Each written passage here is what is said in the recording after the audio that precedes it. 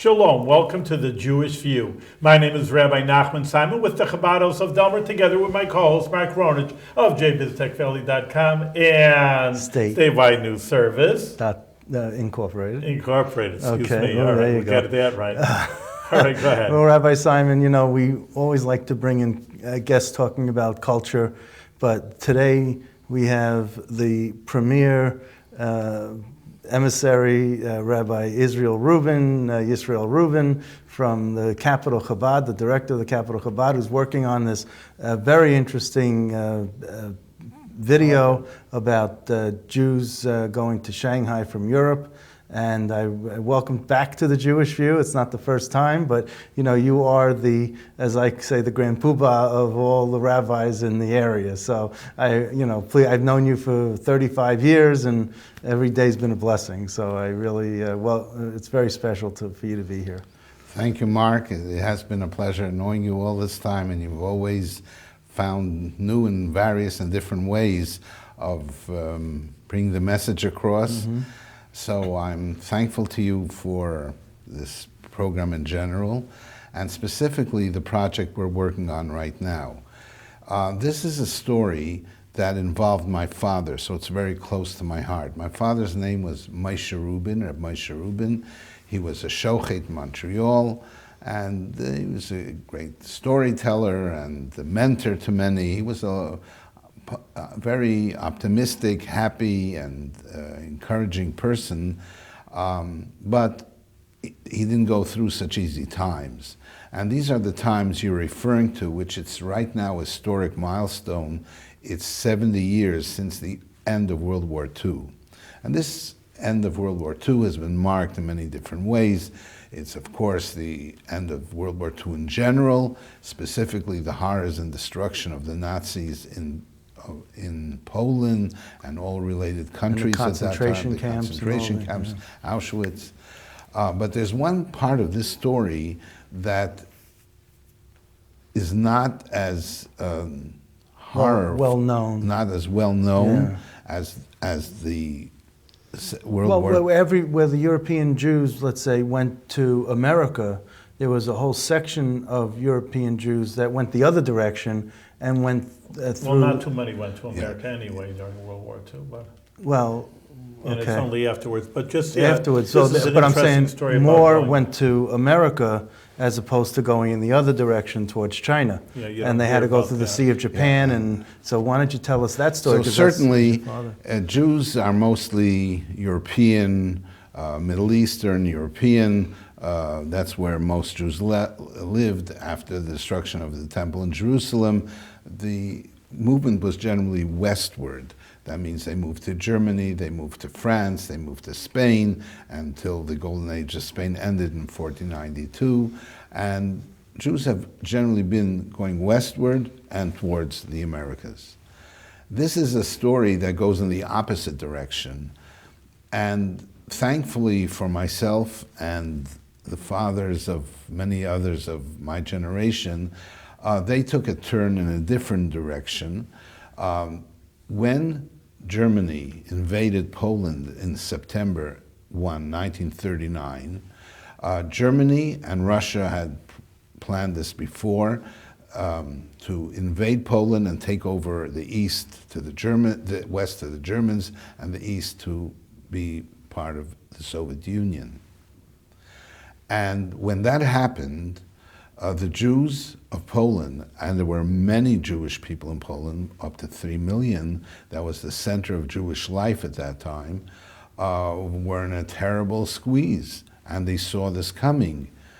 And some went earlier to Israel before 1939, mm-hmm. some went to America, but that time there was a terrible panic that took over the Jewish community in Poland, because they were faced with two terrible enemies, both the Germans on one side and the Russians on the other side. And during this horrific time... Your father was in Poland? My father was in Poland. Okay. My father comes from a town called Slonim. And Slonim was once a very big and famous Jewish community, and which was in existence since the 1600s. My father told me, I remember, he didn't tell me much about the home back in Salonim, but he said that the shul, the synagogue in Salonim, was like a fort, and that its walls were a yard thick. Wow. This was his way of and it's known that Salonim was a very established community and had very famous rabbis. Now, when, after 1939, when Poland was being invaded from all sides, there were many yeshiva students there, and they were away at yeshiva because now the yeshiva time started with the new semester, the new season of Elul and Rosh Hashanah coming up. So a lot of the young men were away from home, away from their shtetls in these towns, in the yeshivas. And there were three primary yeshivas that we're focusing on in the story. There's the Mir Yeshiva, which was the bigger one. There was the Yeshiva Chachmei Lublin, which was founded by Reb Meir Shapiro, the founder of the Daf Yomi. And there was the Lubavitch Yeshiva, founded by Rabbi Joseph Isaac Schneerson, the previous Rebbe. When all this was happening around, and these boys were at school, and they hear of war breaking out all around them, some of them ran home. The Rebbe directed them to go towards Vilna. Now, Vilna was a very big, famous Jewish community. There was a small Lubavitch yeshiva there. So all the yeshivas from different places, we're talking about 2,200 students. Not all of them were students. There were probably 1,000 students and 1,200 married or couples who were there, who ran towards Vilna. And Vilna is in which country? Vilna is Lithuania. Lithuania. And Vilna was a primary city of Lithuania. Lithuania at that time barely existed because Russia had taken over all those Baltic countries and just was Russia, the bear, right all over them. But for a very critical time in this period, for not a reason that people can know, and that's part of the Shanghai Miracle, the Russians allowed Lithuania to become an independent country. When it became an independent country, so all these boys were now in Vilna, and near Vilna, maybe 30, 40 miles away, is the capital city of Lithuania, what used to be the capital city, Kovna. In English it's called Kaunas, but it's Kovna. Kovna. And in Kovna, being that this was the center of the government of the original capital, the Japanese sent an ambassador to this little Lithuania that all of a sudden popped up, which is amazing in itself. First, there was no country. Lithuania was all erased and wiped out by the Russians, and all of a sudden they established this as an independent thing. But this lasted just a few months. In this window of time, the Jewish community that was in Vilna of yeshiva students found out that there is a way of getting out through Japan. By going east. By going east. 1 minute. Really, they were going west, but they took a roundabout route, and it goes like this. They came and they were pleading for their lives. Please save us. We have nowhere to go.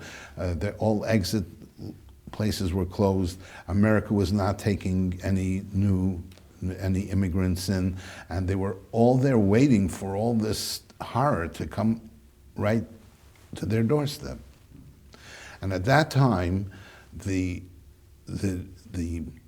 ambassador of Japan, now Jews have very little to do with the Japanese. Right. It's at the very end of the culture, it's at the very end of the world. We never encountered them. But somehow this Japanese ambassador took interest in the Jewish community, and really he was not supposed to let them into Japan. Where would they live? What would they do in Japan? So they figured out a very roundabout way that they would be going to Curacao. Okay. Curacao It's is Venezuela.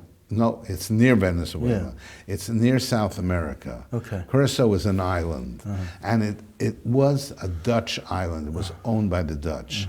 And it was such a rough, primitive island that it really needed no visa or anything to go in there. You could just show up and be there. Okay. But because they needed a place to go to, and no place was letting them in, they said their destination is Curacao. But to go to Curacao, the only way is to go east all the way to Japan. And so there was a lot of heated discussion and wonderment among the yeshiva students whether they should do so, because the only way to go to Japan was through Russia. And Russia, they all knew that Russia was against Jews and against Jewish, religious Jews specifically. This required a train ride of 11 days through the whole Siberian area till the port city of Vladivostok. Well, they all got themselves money for passports, and they had all kinds of arrangements made that they're going through Japan to eventually go to Curacao, which is like such a weird kind of arrangement. But this was the only ambassador who took pity on them. And this Japanese ambassador, we all remember him very, very lovingly. His name is Chiune Sugihara. And he was warned by the Japanese not to do this, but he did so. And around the embassy of Japan in the middle of Kovna, right before the war was the Germans were about to arrive there, he just sat and stamped people's passports. Okay. He stamped them a visa, allowing them to go through Japan, through Russia, all the way to the port city, and then to cross over to Japan. And and the Jews were afraid, should we take this? Is this a trap? Right. Is this a trap? Who knows, we'll be caught and we'll sent to Siberia or worse. They really didn't know what to do. It turns out they took a Gorel Hagra. Did you ever hear about this? A Gorel Hagra is like a way of looking in a Chumash and trying to find a verse that supports what you're going to be doing. If you're in a quandary, you don't know what to do, so they would do that. And it happens that Rabbi Blau, you know Rabbi Blau? Reuven Blau? So there's Reuven Blau and there's Mayor Blau, but they're the children of Rabbi Yehuda Blau. What was his name? He was the one who conducted this thing. He's now related to me by marriage. So they had a Gorel Hagra, and it ended. The verse that they found in this whole terrible question was, I'll carry you on the wings of eagles, and I'll bring you towards me. So they all decided that they're doing this. And unusually, they were received they had to go to Moscow to get this train that goes this whole Trans-Siberian Railroad. And they were in Moscow, and they were housed in the fanciest hotels because they were like special tourists. And they went through this whole thing. Then when they came to Vladivostok, they got off the train, and they had to take an old ferry to cross the Sea of Japan to the city of Kobe. And there, I've learned since my father passed away so many details about each step, how fraught with danger it was, and how no one knew what was going to happen, and they were still directed to go in this way. And they were in Kobe, and there was a small Jewish community in Kobe. And they housed them, and they fed them, and they dressed them, and they would go to the port. 2,200. Yeah. That's a lot to feed. And this Kobe, there's a person in Crown Heights whose grandmother belonged to this community in Kobe. Wow. And he showed me all the documentation every day. Today we met 50 women. Today we met 50 boys. Today, they came in like in little shifts, okay? And then this ferry that they crossed the Sea of Japan, these are the remembrances of these boys. So on this last voyage, it sank. And that was the end of it. And one was going to go back again. So it's a miracle they made it that much. Now they're here in Chabad. And they were supposed to be there for 10 days. That was their permit. Okay. And the president of Chabad, of the Jewish community in Chabad, would each time go to the police station and ask, could we have another 10 days? Could we have another 10 days? Could we have another 10 days? And that's the way they stayed in Chabad for a while. But they, this is in the middle of war, in wartime, and they had no communication at all with their parents back home, and they were not knowing where they're going. They know they're not going to stay here, but they're stuck here in Japan.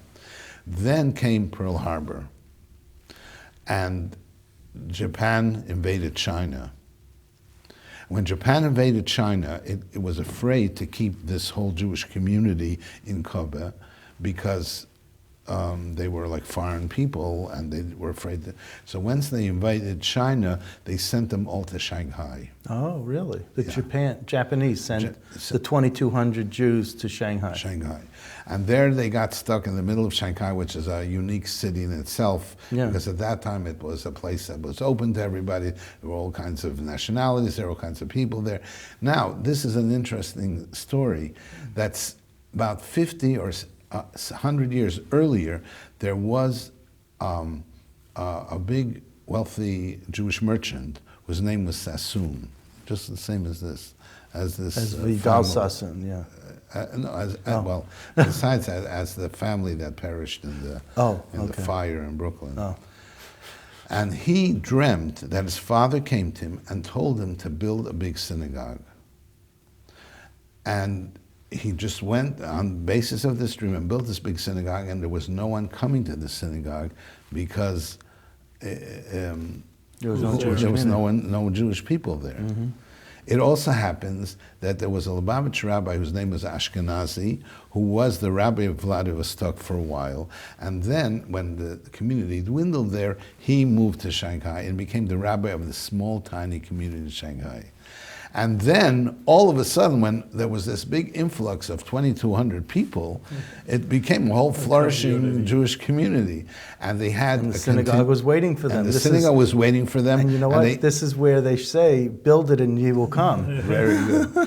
And they were housed in this synagogue, not housed, but studied for the next 5 years, from 1941 till 1946, till the war was over.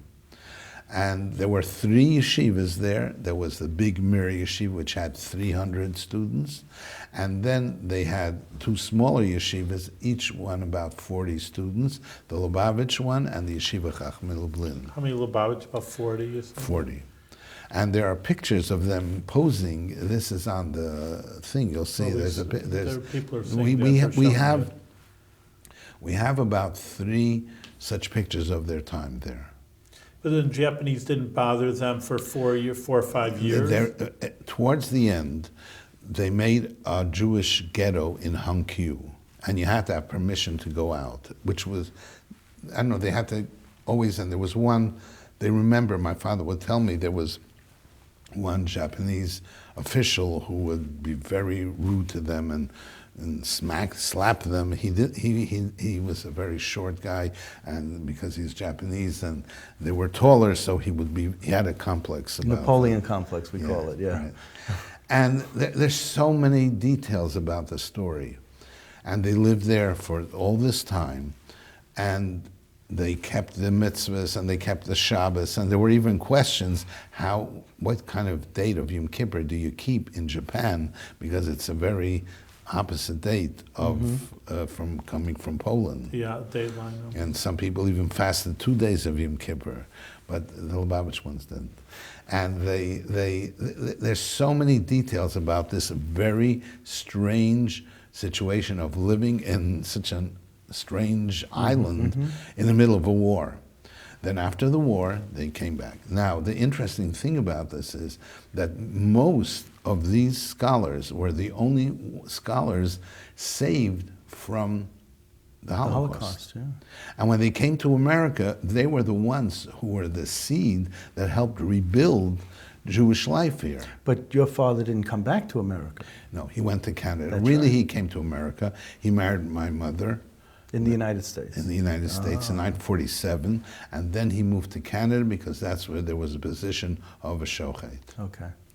Now, this is the story in just general outline, but there's so many beautiful sub-stories about this, and I feel it's a pity that the younger generation doesn't know about this, because it is a spark of hope in such a horrible time, that there is divine providence, and we can't judge Hashem, we can't tell Hashem or judge him what he is doing. Certainly everything he does is for the best, but this was a very interesting voyage and journey that these people took, and then they became the basis of many Jewish communities today. Did you ever have the desire, the wanting to go to Shanghai and to see the synagogue and to see what's there? It could be. You know, a lot of people say there's really nothing to see there anymore, except for this big synagogue, which is now like a museum and has little things about all these 2,200 people who were there. It's a long way to go to learn a history lesson, but I just thought... So my project is to share this on a video, this story, and because of my father, and I love my father and I want to keep his memory alive, so I have the passport on which Sugihara stamped this. I have his, his police record of when he was in Japan, every day you had to go in and out, so it shows there, and has a list of all the yeshiva students, and now there's hardly anybody left of that era. Actually, 70 years later. It's 70 years later. Rabbi Wasner, who passed away right before Passover, a big rabbi in Jerusalem, who passed before Pesach, so he was 101. And he continued this yeshiva Chachmei Lublin in Israel. Oh. So, and was he in Shanghai? Was he on that part of the 2,200? No. Okay. He left earlier. He left by himself. He left to Israel right before the Holocaust. Okay. So his story is not associated with Japan, but this is an amazing story, and especially the intervention of a Japanese ambassador who put himself at risk, and he was disgraced because of this, because he didn't follow orders back in Japan, and he suffered for that. And I've been in touch with his daughter and with his son, and now he has grandchildren, and they inscribed things for me. So I have quite a few relics and materials and artifacts that I hope will be shown in this video. So this video will probably be about 50 minutes, and it's something that you can teach as history in middle school, high school, campus. People should know that this happened. Yeah. And that's the general outline of my project, and I think that's positive, because a lot of the children, and they say that even in the Hebrew schools, the Holocaust, people died and Jews died, and you get depressed. But here, it's hard to say 6 million people died, but other people lived, and like you say, who knows why? Who can even know such a thing? But in the end, they did. There are any of these practical miracle stories that everything fit into play. It's almost like the story.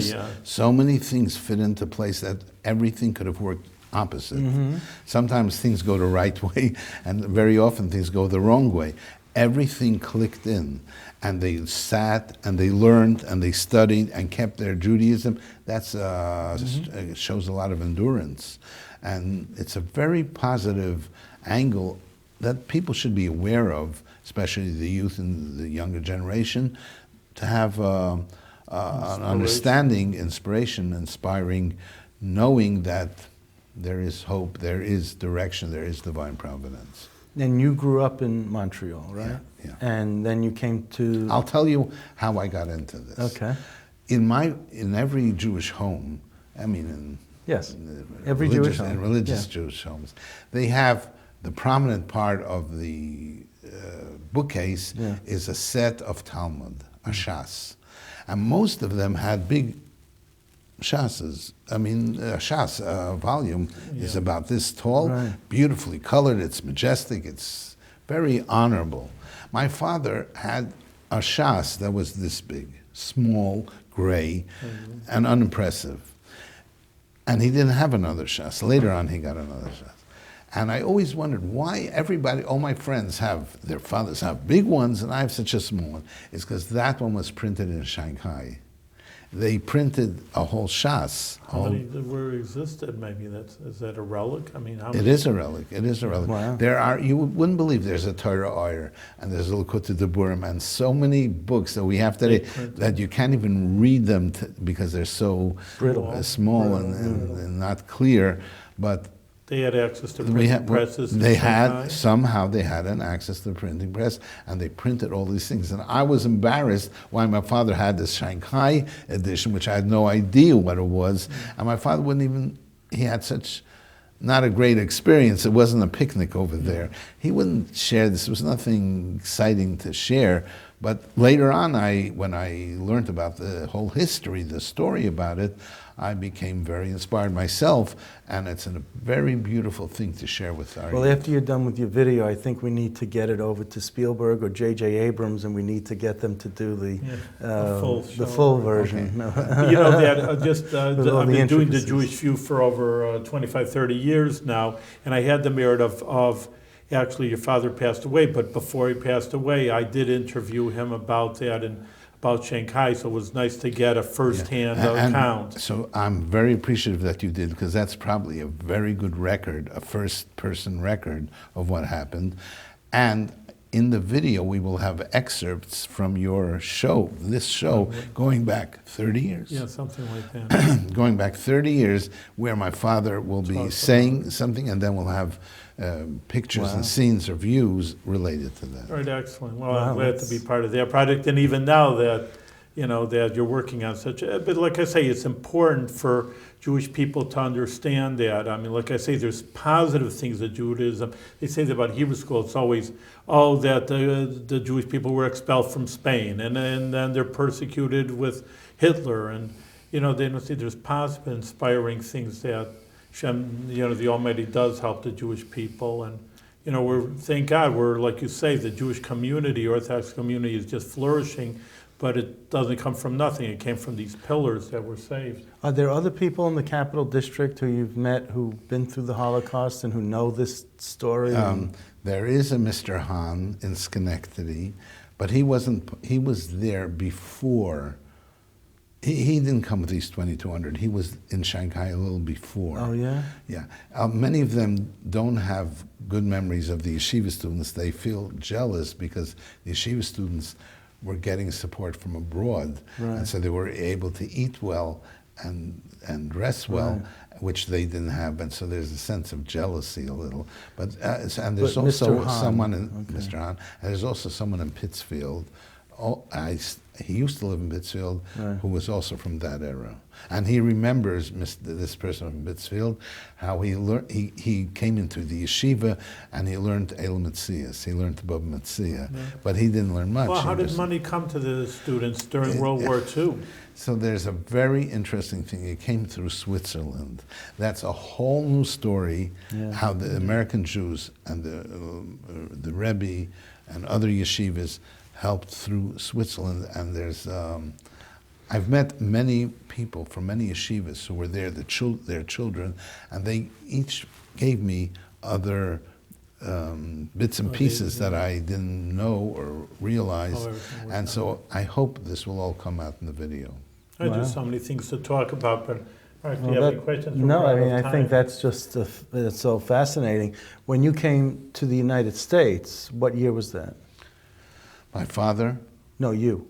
Oh, I was born in the United States. But you lived in Montreal. I was born in the United States. I was born in 48. Right. And my father was already working in Montreal, so I grew up in Montreal till 67. 67, and then you came back to the United States. Okay. Yeah, and then when the Rebbe sent me on Shlichos, he actually gave me a choice of 3 places. Yeah. And I chose Albany because it was convenient. What were the other 2? New Orleans and Indianapolis. Oh, wow. Well, I'm glad you chose Albany. Yeah. So, are there any Chabad houses and shliachs in New sure. Orleans and Indianapolis? Yeah, no, Okay. there's everywhere Now in the there's world. Because now- New Orleans, there's no kosher. There's very little kosher food that you can think of. I mean, it's all shellfish. There are several Chabad shluchim. Really? Oh. Yeah, it's Then all I- over the world. Now I feel I can go to New Orleans because I never now wanted to you- go because I didn't think I'd be able to eat You anything. go there, I'll give you the reference. All right, excellent. All right, Well, thank thanks you for very being on the much. show. This is fascinating. Maybe we'll have to do a little bit more. There's so many details to talk Yeah. about. They're all very fascinating, and I'm glad you can share the beautiful story of the Jewish people, an unknown chapter really to our viewers. Thank you. Yes,